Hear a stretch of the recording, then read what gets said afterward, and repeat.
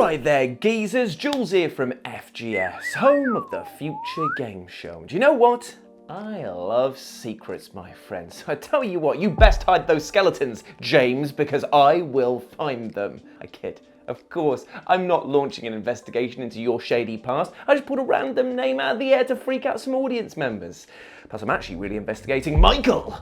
I also love secrets in my video games as well, from bonus characters and levels all the way through to secret and alternative endings. And let me tell you something, some of these endings, they're wild. So let's dive into the world of spacefaring cruise ships, cannibalism, and even bowling grannies. As I'm Jules, this is FGS, and these are some absolutely wild video game secret endings. So let's kick things off by talking about Event Zero and the hidden ending.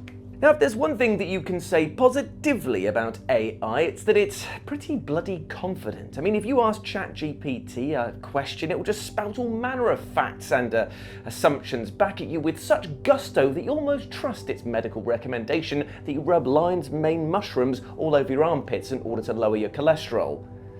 I mean, it can't hurt.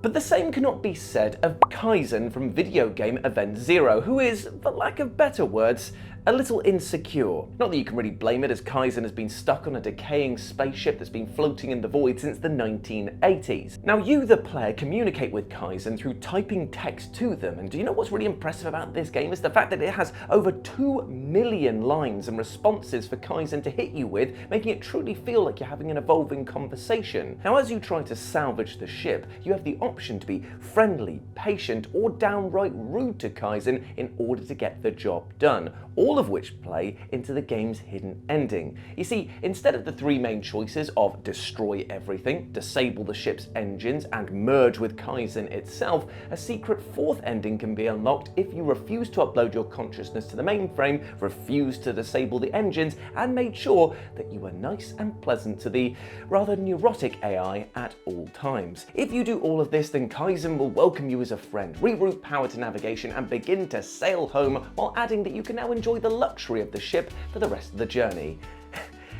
Cheers, mate. It sounds great. It's just a shame that this is an absolute ship hole of a mess right here, and it'll probably take years to get home, so I'll likely be dead by then. Is it too late to upload myself? Anyway, let's move on and talk about Disgaea 2, Cursed Memories, and the worst ending. Now, when it comes to video games, being evil can be extremely fun. From GTA letting you cut down pedestrians like you're the Grim Reaper themselves to full-on renegade runs in Mass Effect, being evil can come with its own rewards and vary the playthrough entirely, depending on how far down into hell you're willing to go. Enter Disgaea 2, Cursed Memories, which basically laughs in the face of these more traditional evil runs and instead not only presents you with straight up familial murder, but also makes you work very, very hard in order to get it. In order to witness the aptly titled worst ending, you must not only rack up an impressive 99 felonies, which are basically this game's versions of achievements and are unlocked for performing specific actions and leveling up certain stats, but you also need to have murdered 99 of your own allies in battle.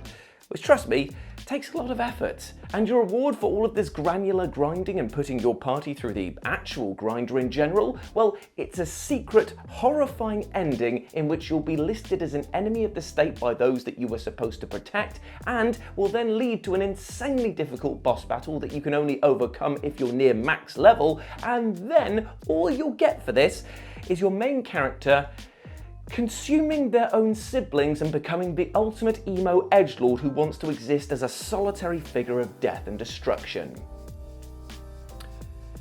Okay.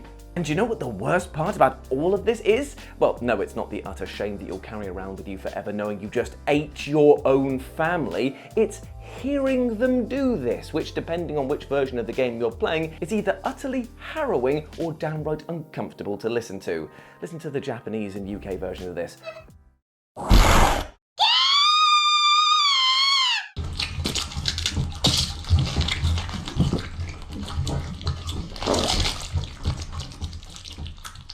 Whew, what is going on? Enjoy your absolutely weird ending, you utter sicko. Right, we're going down now to talk about the secret bowling ending in Decline.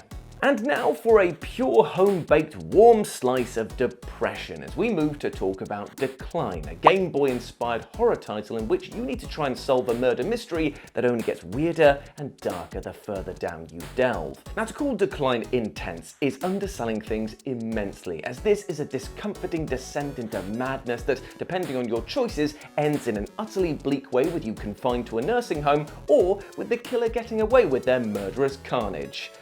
Or it can end with bowling. You see, right at the start of the game, you're given a choice whether to embark on this quest for answers and justice, or just not do any of that and retire right there on the spot, seeing as you've already got a full pension and grandkids at home who would love to spend time with their dear old nana. So, if you opt to turn down this final job, you instead go bowling with your family and, from the looks of it, utterly school them in the ways of the pin. It sure does make the actual adventure and murder mystery part of this game look like a total gutter ball by comparison. And trust me, the things that you'll see later on in this game, you'll definitely wish that you went and played bowling with your family instead. Just ignore it, it's not worth it.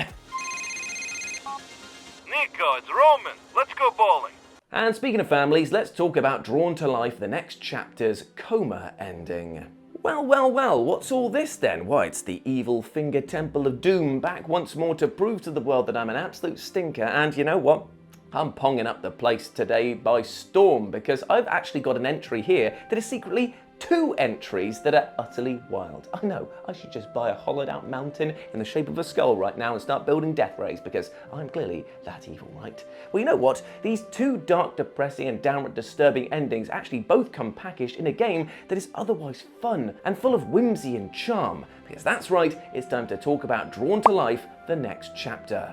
Now, despite looking like butter wouldn't melt in this game, things heat up considerably if you complete all of the game's main side quests and then refuse to cheat on your maths test. This then unlocks an expanded ending in which it turns out that all of the events of the game are nothing more than a coma dream that you've been experiencing after a car crash.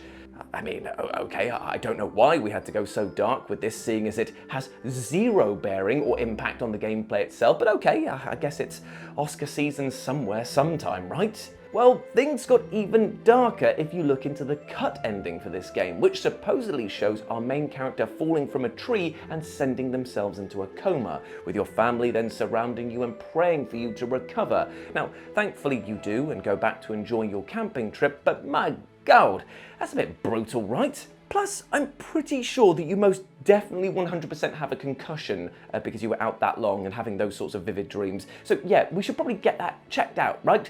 No, what's that? Dad's just opened the s'mores packets. I guess we're staying then. Just ignore the massive beehive lump on the side of my head. I'm sure it'll be fine. And I'm sure that it'll be fine too for the residents of Resident Evil Outbreak as we talk about Mark's weird-ass ending. Listen, I know, you're probably firing up your keyboards right now to tell me that Resident Evil Outbreak is not a deep cut, but I bet you all the money in my wallet that a fair few of you have not heard about this secret and frankly wild ending. Plus, I've got no money in my wallet at the moment, I'm cashless, so yeah, take it, whatever.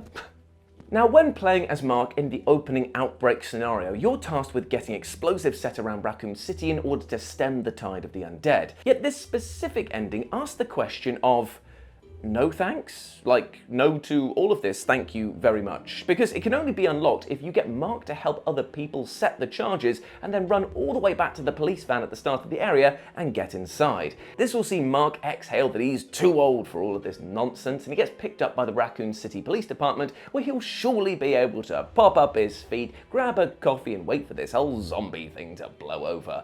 I mean, sure, the police station looks rather hectic right now, and yes, there are reports of the entire city being quarantined, and Mark's pretty sure that he overheard something about nuclear bombs being dropped on the city itself, but I'm sure that that's all hearsay and speculation. This clearly is the best decision that Mark could have made, and that is the end of that chapter. Right? Yeah, he's gonna die like 3 times over minimum, and it all came about by the player refusing to fight zombies in a game all about pretty much fighting zombies. Anyway, let's get silly now and talk about Contra Hardcore and the monkey marriage ending. Now, I won't lie to you, friends. Yay!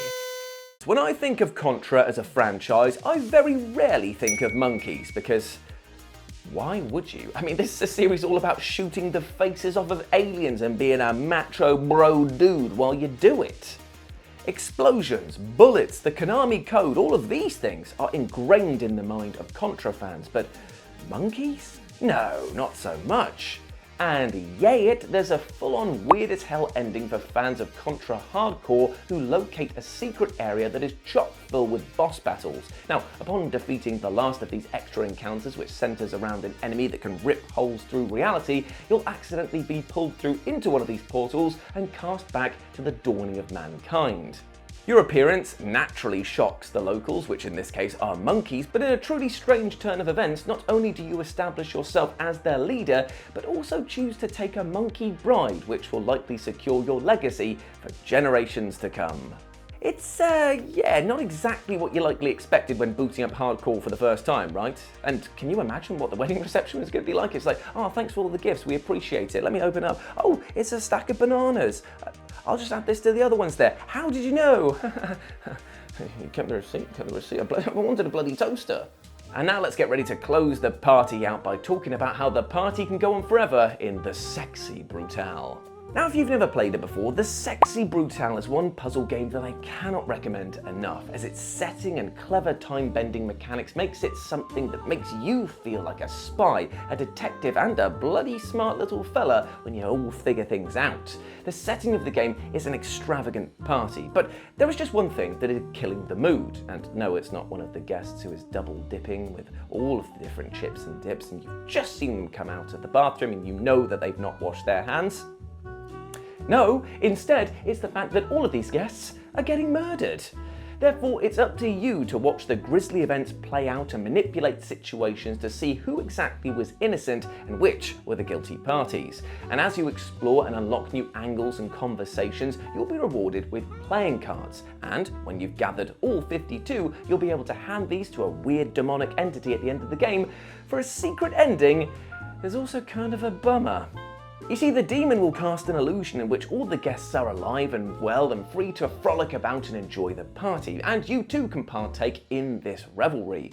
But the issue is, however, is that none of it is real. The murders have still happened, and it's down to you to break the stained window that holds all of this together and face the cold, harsh reality of the situation. It's a pretty grim secret, and one that really doesn't reward the player at all outside of giving closure to the events. But still, could this not have been like a, oh, thank God I survived the night, over, oh, all my friends are dead?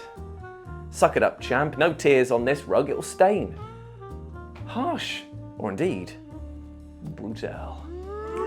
And there we go, my friends. Those were some absolutely wild secret video game endings. I hope that you enjoyed that, and let me know what you thought about it down in the comment section below. As always, I've been Jules. You can go follow me over on Instagram and Blue Sky, where I'm at RetroJ, but the O is 0, and you can follow my lovely editor Mark over on his social medias over here as well. But before I go, my friend, this is no secret ending. You already know what I'm going to say, and it's going to be a dose of positivity that, trust me, we all need from time to time. And I just want you to listen to this, to just remember to be kind to yourself, to treat yourself with that love and respect that I know you deserve, because you're a good person, you deserve the best. So stop being so harsh on yourself, all right? Give yourself that bit of self-love and carry it forward to live a healthy and happy life. Because at the end of the day, that's all I want for you, and that's all you need for yourself as well. As always, I've been Jules, you have been awesome. Never forget that. I'll speak to you soon. Bye.